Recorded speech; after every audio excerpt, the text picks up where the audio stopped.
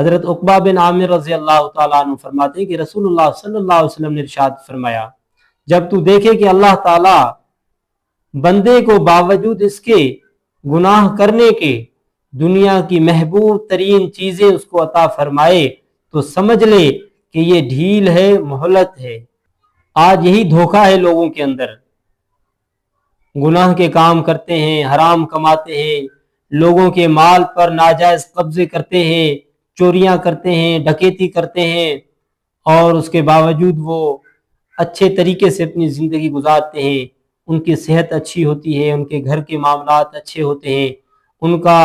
رشتہ داروں کے ساتھ، دوستوں کے ساتھ اٹھنا بیٹھنا بہت ہی اچھا اور خوبصورت ہوتا ہے، اور گھر میں پرسکون ماحول ہوتا ہے، اور کوئی بیماری نہیں آتی ان کے پاس،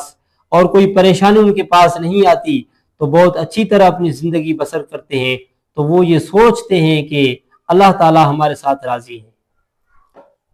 یہی دھوکہ ہے، یہی اللہ کی طرف سے ڈھیل ہے، یہی مہلت ہے کہ اللہ تعالیٰ اپنے بندے کو اس طرح کی چیزیں دے کر اور بندے کو ڈھیل دے رہے ہیں،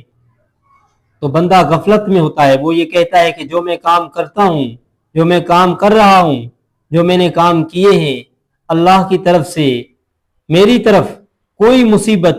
کوئی پریشانی، کوئی پکڑ نہیں آئی۔ وہ یہ سمجھتا ہے کہ اللہ نے مجھے معاف کر دیا ہے، اللہ نے مجھے چھوڑ دیا ہے۔ وہ یہ سمجھ رہا ہے کہ اللہ تعالیٰ نے مجھے معاف کر دیا ہے، یعنی اللہ نے مجھے بالکل معاف فرما دیا ہے اور وہ مجھے کچھ بھی نہیں کہے گا۔ وہ اس بات کو سمجھ نہیں سکتا،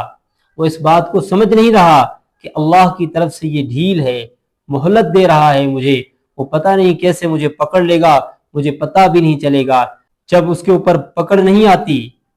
ملک کی حکومت اس کو نہیں پکڑتی، اللہ کی طرف سے اس کے اوپر کوئی پکڑ نہیں آتی، وہ یہ سمجھتا ہے کہ اللہ نے مجھے چھوڑ دیا ہے، اللہ مجھے پکڑنا نہیں چاہتے،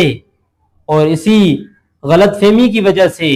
اس کے اوپر اچانک ایسی مصیبت آ جاتی ہے، اس کے اوپر ایسی پکڑ آ جاتی ہے، وہ کوشش کرتا ہے اپنے آپ کو چھڑانے کی، لیکن اپنے آپ کو چھڑا نہیں سکتا۔ تو آئیے آپ بھی سوچیں، ہم بھی سوچیں، غور فکر کریں، اللہ کے سامنے توبہ کریں اور معافی مانگیں کہ یا اللہ ہم سے جو گناہ ہوئے میں آپ سے معافی چاہتا ہوں، میں آپ کے سامنے سجدہ ریز ہو جاتا ہوں، اللہ آپ مجھے معاف فرما دیجئے، اللہ تعالیٰ مجھے معاف فرما دیجئے، میں نے بہت بڑے گناہ کیے ہیں، آئندہ کے لیے میں اپنی زندگی میں سے گناہ نہیں کروں گا کہ آپ مجھے ڈھیل دے اور مجھے اچانک پکڑ لے کہ مجھے پتہ بھی نہ چلے اس کے پکڑنے کا۔ یہ کیسے ہو سکتا ہے